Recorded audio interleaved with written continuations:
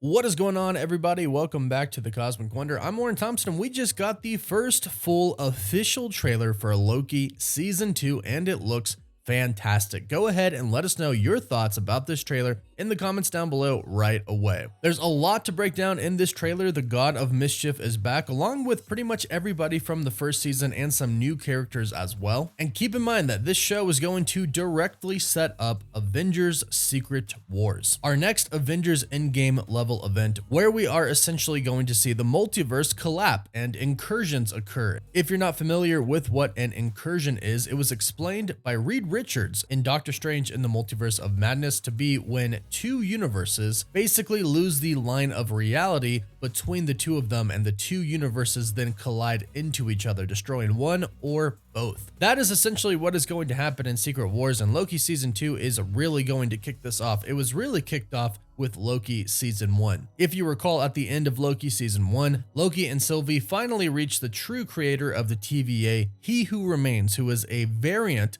of Nathaniel Richards, aka Kang the Conqueror. We see Viktor Timely in this trailer, who is also a variant of Kang the Conqueror. But make no mistake, Viktor Timely is not a past version of Kang the Conqueror who has not become Kang yet. If it's anything like the comics, then this character is already Kang the Conqueror. But don't worry, we'll break down everything you need to know about this trailer in this video. But big reminder, today is the last day of our giveaway. If you want to enter for a chance to win an Xbox Series X, a PS5, some Marvel Legends items, or some DC items, the winner gets to pick one item, and we pick a winner at the end of each month. Today, for this month, all you have to do to enter is subscribe and leave a comment down below. Now, we actually have a good idea of what the actual plot for the show is, both what is being shown to us in this trailer and what we are going to see in Season 2. So at the end of Loki Season 1, Sylvie and Loki, well really Sylvie, killed Kang the Conqueror, or He Who Remains, the creator of the TVA. Loki then returns to the TVA and sees Agent Mobius, who he had become really good friends with at that point and had been through a lot with. He goes to him absolutely terrified, but Mobius has no idea who he is, implying that Loki had returned to some sort of a different TVA. The camera then pans out, and Loki sees a statue of He Who Remains / Kang the Conqueror, and as it turns out, there's actually a pretty decent explanation for this. However, time is going to get kind of messy in Loki Season 2. As you can see,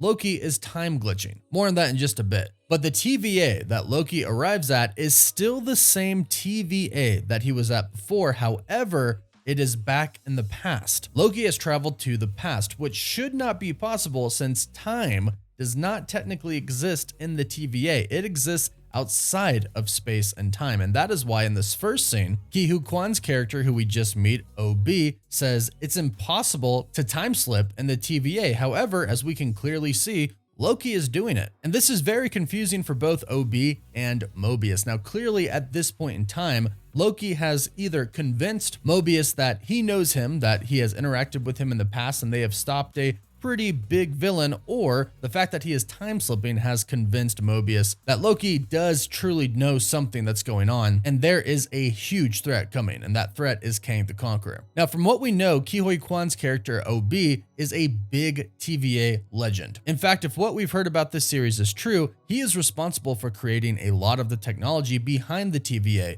Yes, Kang the Conqueror mastered time travel and has many devices of his own, but OB is apparently working for He Who Remains in this and is responsible for creating things like the temp pad. That is why we see him at the repair station here. He created it, so he knows how to repair it. But we know a little bit more about this particular TVA, and one scene in particular shows us that what we've heard is true. One thing that we've heard is that Loki is going to return to a TVA in which He Who Remains does rule over the TVA. He does run it, and he runs it very openly. People know that he is He Who Remains. There are no timekeepers at this point, not to mention the timekeepers are fake, but he has not put on that charade yet. That is why Loki sees the statue of He Who Remains / Kang the Conqueror at the end of Loki Season 1. He has gone back in time to a past TVA where He Who Remains openly runs the TVA. However, what we've heard is that eventually He Who Remains does erase everyone's memory and creates the illusion of the timekeepers. And that is shown in one particular scene, where Loki takes a prune stick to a wall that shows the timekeepers on it, and it disintegrates and shows a picture of Kang, some statues of Kang. And as you can see on the left side, it's Mobius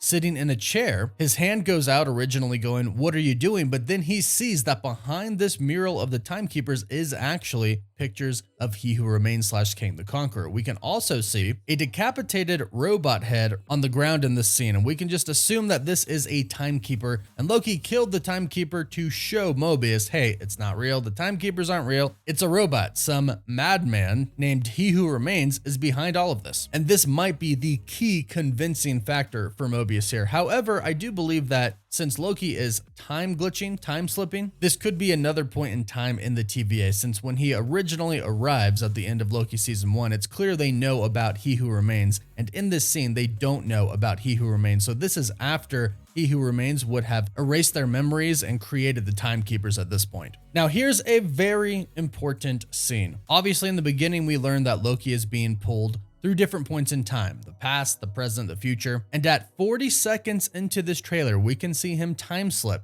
And in the back, we can see it says Piranha Power Sports. And what do we see? Jet skis. If you remember from Loki season 1, Mobius loves jet skis. Although he said that he's never been on one before because he believed that he was created by the TVA and wasn't an actual variant of an actual person. However, it looks like he probably has been on one before, because it looks like we can see Owen Wilson's Mobius in the background here. If you freeze frame at 40 seconds, you can see 3 people. One of them is a blonde who looks a lot like Mobius, and I believe he probably either 1 works for Piranha Power Sports and is trying to sell a jet ski, or 2 is trying to buy a jet ski with another woman who could possibly be his wife that he had before. Hopefully we find out that Mobius has indeed gotten a chance to ride a jet ski at some point in time in his normal earthly human life, not his TVA life where he thought he was simply created by the timekeepers to specifically be a TVA agent. So fingers crossed we see Mobius ride a jet ski in Loki season 2.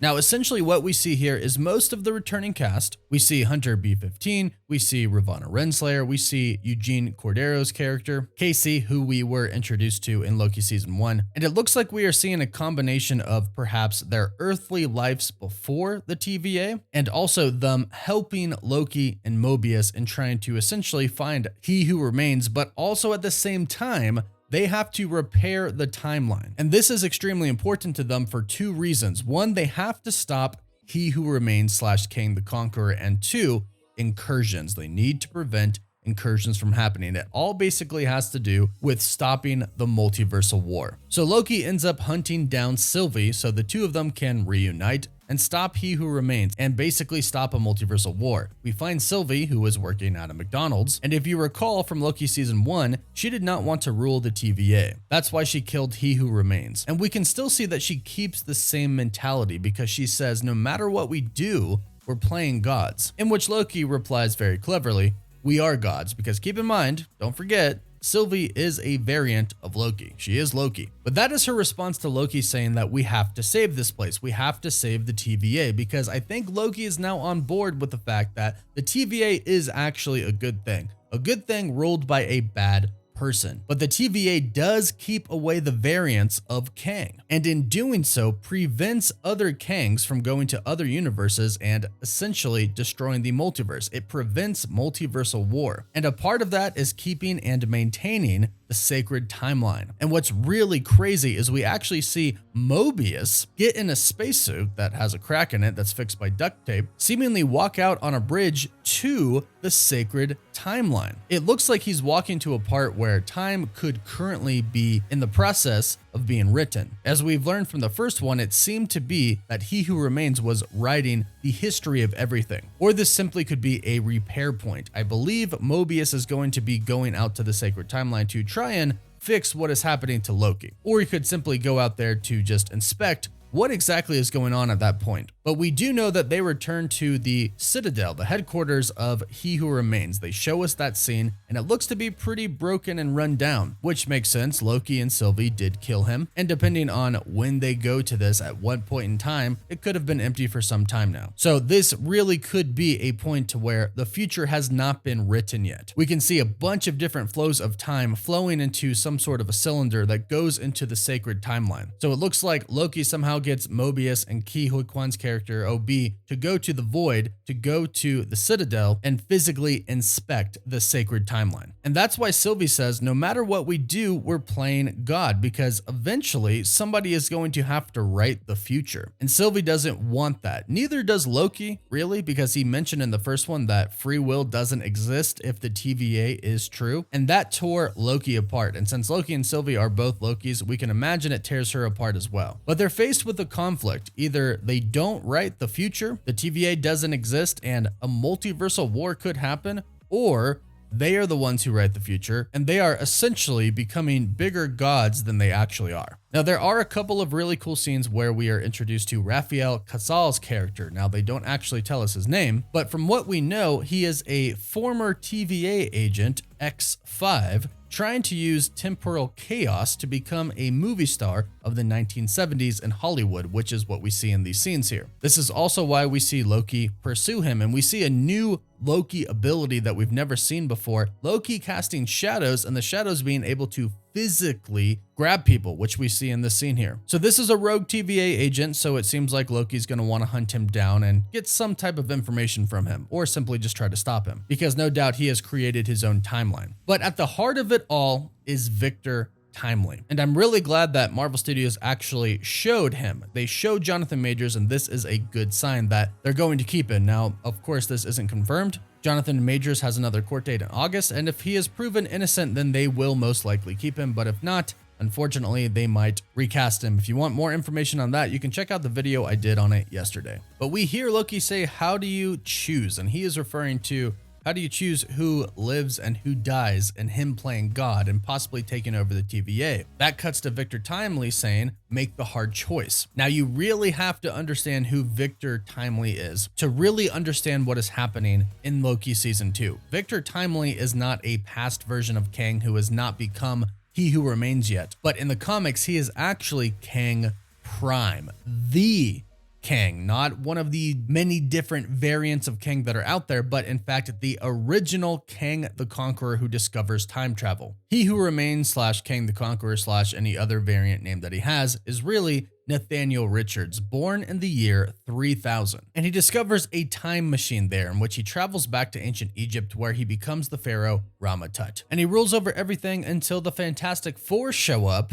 and they defeat him. He ends up getting thrown through a time storm, going through different points in time, in which he is then rescued by Dr. Doom. He thinks that Dr. Doom could actually be a past version of himself. So Dr. Doom helps him, and then eventually Kang just goes through different time points and different universes and conquers all of them. He conquers many different worlds, and he becomes pretty much the strongest being in the universe. Eventually, he conquered everything within 100 light years of Earth, until he decided to attack his ancestors' native world of modern age Marvels. But the Avengers actually force him to flee. He then seeks a new power base, and he travels back to 1901 AD and establishes a new identity as Viktor Timely. But keep in mind, this is Kang Prime. So he goes back and he becomes a brilliant inventor and industrialist. He founds the city of Timely, Wisconsin, becoming the first mayor, and he essentially builds a really big empire because, of course, he has access to all of his future technology. So that is what we are seeing in this trailer. We are seeing Kang Prime as Viktor Timely, presenting technology that he invented quite some time ago. And we see him go to the World's Columbian Exposition, which was set in 1893 in Chicago. This was set to celebrate the 400th anniversary of Christopher Columbus's arrival in the Americas, and the fair showcased the technological progress and achievements of the United States and the world back then. And one of these attractions is the original Ferris wheel, which we can see in this trailer. So from here, Loki and Mobius manage to track down Viktor Timely, and we can obviously see here that he is putting on quite a show as we see a very, very large miss minutes, seemingly causing physical damage, but definitely scaring everybody and causing them to run. This could be the start of Kang trying to essentially take over the world. And it looks like Mobius and Loki might have realized that there is indeed one Kang that they could stop. Rather than stopping many different variants, they could locate a Kang Prime and try to stop him then. And it does look like they have managed to track him down. So Loki season 2 is going to be about stopping Kang Prime from creating essentially a multiversal war. We even see a very particular scene in this trailer at the 155 time mark where Loki says war is on its way, and he points to a mural of many different variants of Kang wearing their comic accurate costumes, might I add. So that is what it's all about, preventing multiversal war. And there is going to be a conflict with Loki and himself and with Sylvie as well, of maintaining the TVA to prevent multiversal war, but at the same time, essentially writing the future and taking away everyone's agency and killing all the timelines that show up, or risking that multiversal war and the destruction of the entire universe. So that is what Loki season 2 is about. It is a huge, very important show related to the entirety of the future of the MCU and will tie directly into Avengers Secret Wars. So let us know what you thought about this trailer. Did you like it? Did you not like it? And do you have any theories? Let us know in the comments down below. Don't forget to like this video. And again, it's the last day for the giveaway. Don't forget to subscribe and leave a comment below to enter. You can find us on Patreon. You can check out our website and our Discord server. And of course, you can follow us on Instagram and Twitter. And as always, thank you all so much for watching. Woof woof.